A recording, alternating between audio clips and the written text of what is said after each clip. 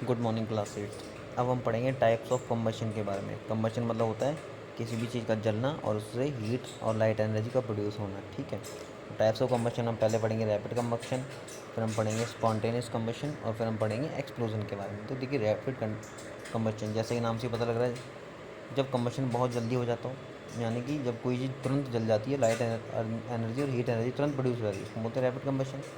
Spontaneous combustion, spontaneous क्या होता है, ये अचानक से लगने वाली आग होती है। ठीक है ना, अचानक से जब कहीं पे आग लग जाती है तो वो क्या होता है आपका स्पॉन्टेनियस कंबशन। जंगल में अचानक से कई बार आग लग जाती है तो उसको हम बोल सकते हैं स्पॉन्टेनियस कंबशन बोल सकते हैं। ठीक है, अब एक्सप्लोजन, एक्सप्लोजन क्या होता है, आप जैसे पटाखे वगैरह जलाते हैं, ठीक है, पटाखे जलाते हैं तो लाइट और हीट एनर्जी तो प्रोड्यूस होती है, लेकिन साउंड एनर्जी प्रोड्यूस होती है, बहुत तेज़ धमाका होता है, तो उसको हम बोलते हैं एक्सप्लोजन। उसमें भी केमिकल रिएक्शन होती है। अब हम बात करते हैं फ्लेम की। ठीक है, आपने यहाँ पे ऑब्जर्वेशन है, आप कैंडल की फ्लेम को देखें, लालटेन की फ्लेम को देखें, या फिर आप एलपीजी गैस की फ्लेम को देखें, तो उस फ्लेम के बारे में हमें देखना है आपको क्या करना है। ये एक्टिविटी है, टेबल नंबर 6.2 में आप फ्लेम्स को देखना है। उसमें फ्लेम अगर बन रही है तो हाँ हाँ करें, नहीं कर रही तो मना करें।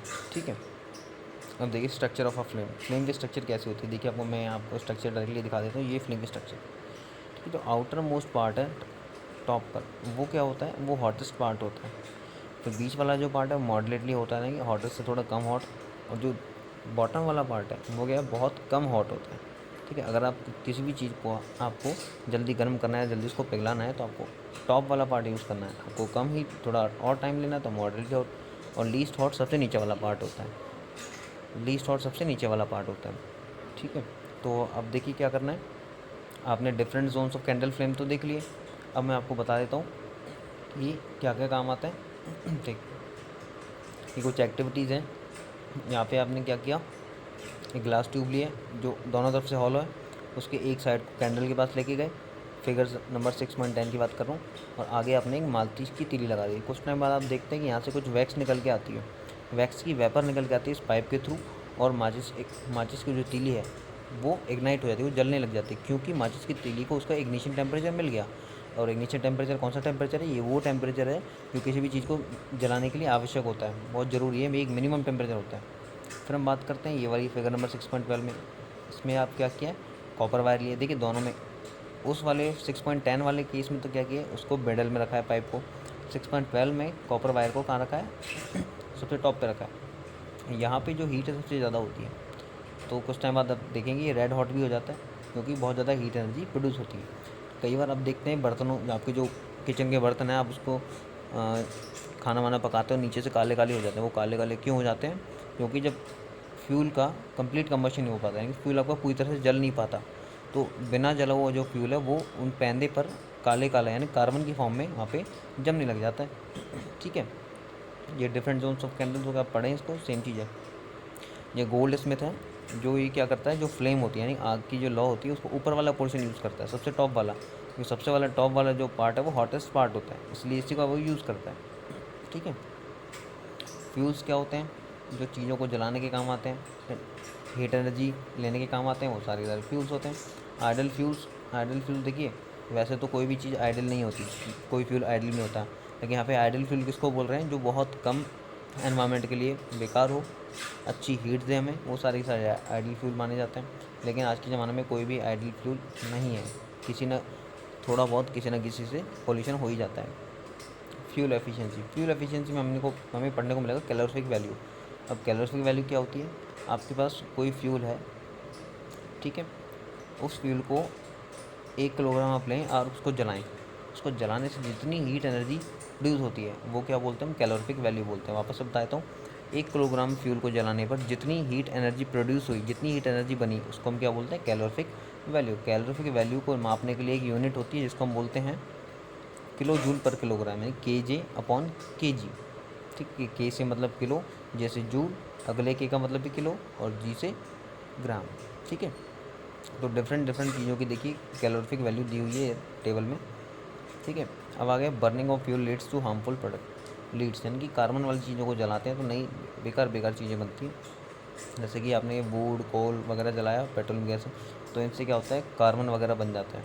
वो कार्बन आपके अर्थ पे पड़ा रहता है, आसमान में चला जाता है और चीज़ों को पोल्यूट करता है। आपको अस्थमा जैसी बीमारी हो सकती है, रेस्पिरेटरी डिजीज़ हो सकती है।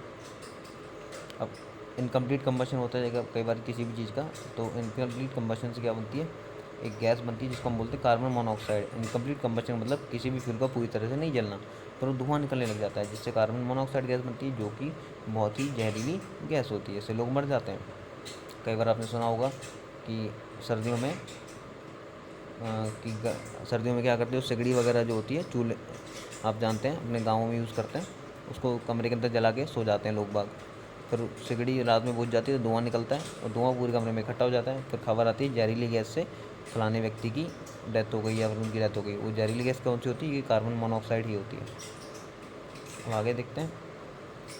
अब बहुत सारी फ्यूल्स ऐसे हैं जिनकी वजह से कार्बन डाइऑक्साइड गैस बनती है, जो आपके एनवायरनमेंट में ऊपर चली जाती है, जिससे ग्लोबल वार्मिंग हो रही है, यानी अर्थ का टेम्परेचर बढ़ रहा है। ठीक है। अब कोल वगैरह हम जलाते हैं, डीजल वगैरह जलाते हैं, इनसे जो धुआं निकलता है उसमें सल्फर डाइऑक्साइड गैस होती है, नाइट्रोजन डाइऑक्साइड गैस होती है, आसमान में चली जाती हैं सारी गैसेस। ये वाटर के साथ रिएक्ट करके सल्फ्यूरिक एसिड, ठीक है, और नाइट्रिक एसिड बना लेती हैं, और ये पानी के अंदर मिल जाती है। जब बारिश होती है तो यही एसिड धरती पे नीचे आ जाते हैं, तो इसको हम क्या बोल देते हैं, एसिड रेन बोल देते हैं। अब देखिए यहाँ पे बताया गया सीएनजी। आजकल व्हीकल्स वगैरह हैं वो कौन सी गैस पे चलते हैं, सीएनजी पे चलते हैं, क्योंकि सीएनजी एक ऐसी गैस है जिससे बहुत कम पॉल्यूशन होता है, बहुत ही स्मॉल अमाउंट में पॉल्यूशन होता है, तो इसको हम एक क्लीनर फ्यूल भी बोल सकते हैं। ये आपका चैप्टर खत्म, क्वेश्चन आंसर्स पे आते हैं। देखिए, अब list condition under which combustion take place, यानी कि कम्बशन किस कंडीशंस में होता है। आपको पता है कम्बशन की डेफिनेशन आप लिखते हैं यहाँ पे, वो भी चल जाएगी, फिलअप आप खुद करेंगे। अब है explain how the use of CNG in automobiles has reduce pollution in our cities, क्योंकि सीएनजी क्या होता है, एक क्लीनर फ्यूल है जिसकी वजह से पॉल्यूशन होता ही नहीं। अब है एलपीजी और वुड को कंपेयर करें। एलपीजी अपने घरों में जो गैस यूज़ होती है, और वुड लकड़ियाँ, एलपीजी से पॉल्यूशन नहीं होता, उससे पॉल्यूशन होता है, धुआं होता है। ठीक है, ये सब चीज़ आप लिख सकते हैं। Give reasons, water is not use to control fires involving electrical equipment, यानी कि आपकी जो इलेक्ट्रिकल जो चीज़ें घर में, जब उनसे आग लग जाती है तो पानी का कंट्रोल, पानी से हम कंट्रोल करते हैं क्या, नहीं करेंगे, क्योंकि हमें करंट लग जाएगा, मर जाएंगे। अब LPG better domestic fuel than word, ये क्वेश्चन नंबर 4 के जैसा ही है। आगे पेपर, अब इसमें क्या है, देखिए पेपर को आप अकेला लें और जलाएं, तुरंत जलेगा। फिर आप उसको एक एल्युमिनियम पाइप के ऊपर लगा कर जलाएं, वो तुरंत नहीं जलेगा, क्योंकि जो हीट एनर्जी जो प्रोड्यूस होगी वो सबसे पहले किसके पास जाएगी, एल्युमिनियम पाइप के पास जाएगी, वहाँ वो हीट एनर्जी ले ली जाएगी, उसके बाद पेपर को हीट एनर्जी मिलेगी, क्योंकि जो पेपर है वो हीट का बैड कंडक्टर होता है, और जो एल्युमिनियम का जो पाइप है वो एक मेटल है, वो हीट का गुड कंडक्टर है। बहुत देर बाद जाकर पेपर को एनर्जी मिलेगी तो वो जलेगा। अब है name the unit, sorry make a level diagram of a candle flame, ये ऊपर है, आप देख लें इसको। Name the unit in which the calorific value of a fuel is expressed, वो क्या होती है, किलो जूल पर किलोग्राम।